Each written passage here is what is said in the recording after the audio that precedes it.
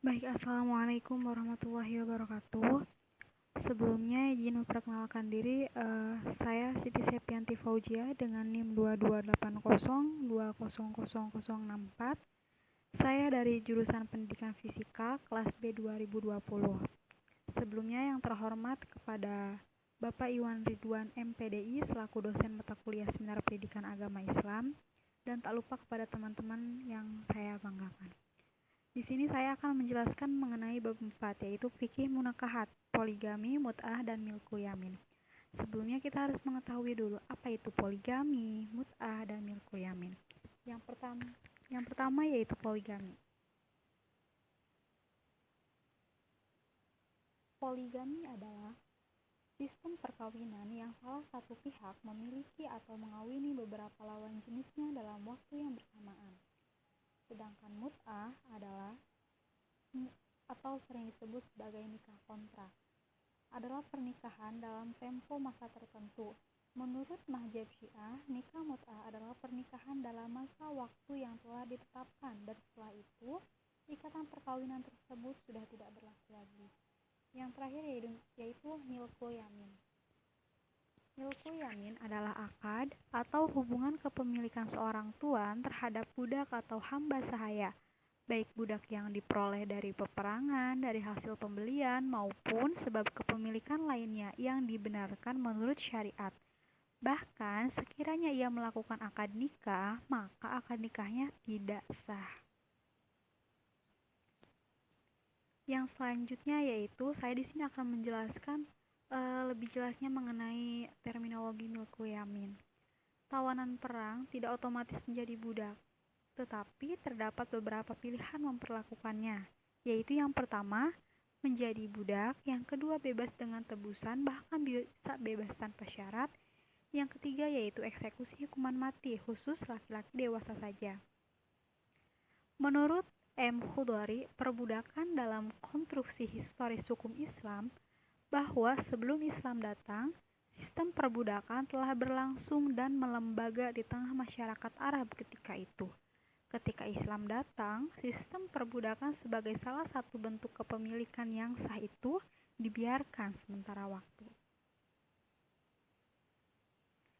Dijelaskan di dalam Al-Quran Surat Muhammad ayat 4, yang artinya, maka apabila kamu bertemu dengan orang-orang yang kafir di medan perang, maka pukullah batang leher mereka.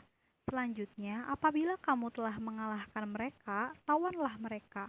Dan setelah itu, kamu boleh membebaskan mereka atau menerima tebusan sampai perang selesai. Demikianlah, dan sekiranya Allah menghendaki, niscaya Dia membinasakan mereka. Tetapi, Dia hendak menguji kamu satu sama lain. Dan orang-orang yang gugur di jalan Allah, Allah tidak menyia-nyiakan amal mereka. Setelah sekian waktu membiarkan budak sebagai barang kepemilikan yang sah, Islam mulai melancarkan semangat pembebasan dan penghapusan atas sistem perbudakan. Penghapusan sistem perbudakan bagi masyarakat Arab dan masyarakat dunia ketika itu menyentak kesadaran kemanusiaan. Yang pertama yaitu pembebasan budak merupakan kewajiban bagi manusia yang ingin bersyukur kepada Allah. Dijelaskan di dalam Al-Quran Surat Al-Balad ayat 11-18, yang artinya yaitu, tetapi dia tidak menempuh jalan yang mendaki lagi sukar. Tahukah kamu apakah jalan yang mendaki lagi sukar itu? Yaitu melepaskan budak dari perbudakan, atau memberi makan pada hari kelaparan kepada anak yatim yang ada hubungan kerabat, atau kepada orang miskin yang sangat fakir. Dia tidak pula termasuk orang-orang yang beriman dan saling berpesan untuk bersabar dan saling berpesan untuk berkasih sayang. Mereka adalah orang-orang yang beriman dan saling berpesan itu adalah golongan kanan. Yang kedua, yaitu pembebasan budak merupakan sanksi atas kejahatan pembunuhan tanpa disengaja.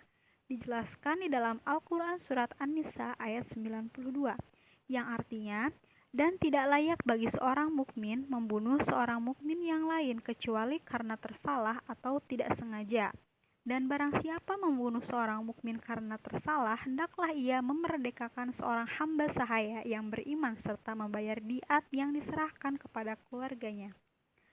Kecuali jika mereka keluarga yang terbunuh itu bersedekah, jika ia si terbunuh dari kaum kafir yang ada perjanjian damai antara mereka dengan kamu, maka hendaklah si pembunuh membayar diat yang diserahkan kepada keluarganya sedangkan hamba sahaya yang beriman. Barang siapa yang tidak memperolehnya, maka hendaklah ia si pembunuh berpuasa 2 bulan berturut-turut menurut penerimaan taubat daripada Allah, dan Allah Maha mengetahui lagi Maha bijaksana.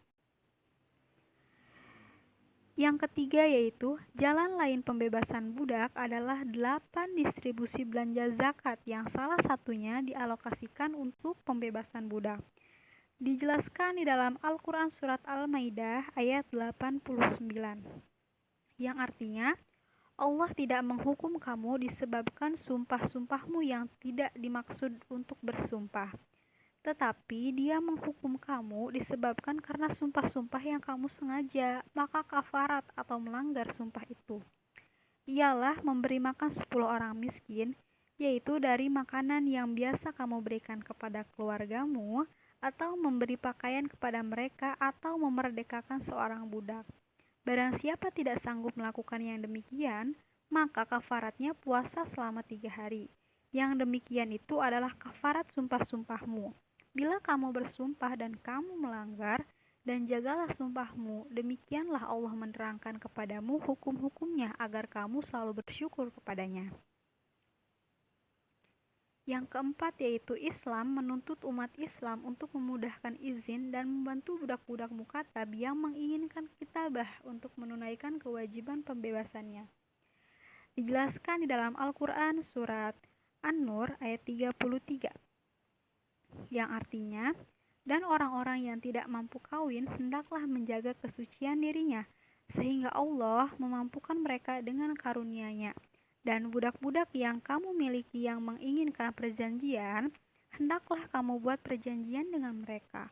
Jika kamu mengetahui ada kebaikan pada mereka, dan berikanlah kepada mereka sebagian dari harta Allah yang dikaruniakannya kepadamu.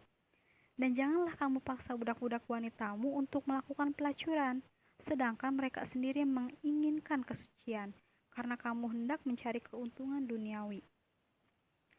Dan barang siapa yang memaksa mereka, maka sesungguhnya Allah Maha Pengampun lagi Maha Penyayang kepada mereka sesudah mereka dipaksa tersebut. Mungkin hanya itu yang dapat saya sampaikan.